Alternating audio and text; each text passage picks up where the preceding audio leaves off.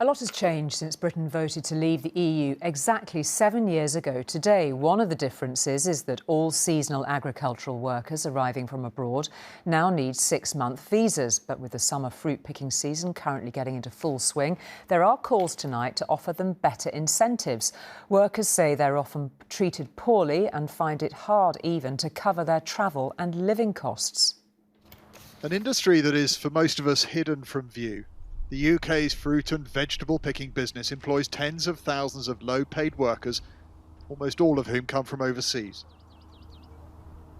An army of hard-working migrants in hot, humid conditions, and with a visa scheme that only allows for 6 months' work, many of them may struggle to pay off the debts they may have incurred just to get here. The UK's biggest The House of Lords are investigating the sector. They've been hearing damning evidence from workers who've been on the front line. We weren't viewed, from my experience, as humans. We were more chattel. In the mornings, even when we met to start the day, you were called by numbers, which for me is not how you treat people who you employ. Employers aren't happy either with a seasonal visa scheme that fails to give them what they need. The positive is that we are 100% reliant on a visa scheme for our seasonal workers force. Without that visa scheme, the UK berry industry would collapse and disappear. The negatives are that it's clunky. We'd like people to be able to stay for 9 months, building up experience, but also earning more money, which is great for the workers. And we'd like them to only have to leave the country for 3 months so they can come back early for next season.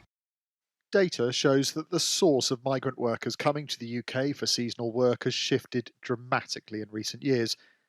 In 2019, more than 90% of seasonal worker visas were issued to those coming from Ukraine. This was down to just 23% last year, with a much greater reliance of workers from countries outside Europe, like Uzbekistan and Tajikistan. For some, the potential for exploitation of workers in the UK is similar to the migrants who built World Cup football stadiums in Qatar. What we see is a real similarity in terms of the ways that workers are exploited. So an example of that would be the charging of illegal recruitment fees in source countries. These are often secured against workers' homes and possessions. In Devon, one farmer hopes the industry will change. On this organic farm, only a handful of workers are employed under the seasonal visa scheme. With workers here sharing in the business, the jobs are more attractive to locals. I think we need to see a progressive, iterative change away from this, very large-scale vegetable production with some questionable employment practices. Fields full of caravans, sometimes companies employing hundreds and hundreds of people, where there won't be a word of English spoken in the field. I feel a little bit ashamed actually to be a part of an industry where that is the norm. The government say the welfare of visa holders is of paramount importance, and they're clamping down on poor working conditions and exploitation. For many, improving the lot of migrant workers ought to be like picking low-hanging fruit. But with politics and immigration also in play, it's likely to be easier said than done.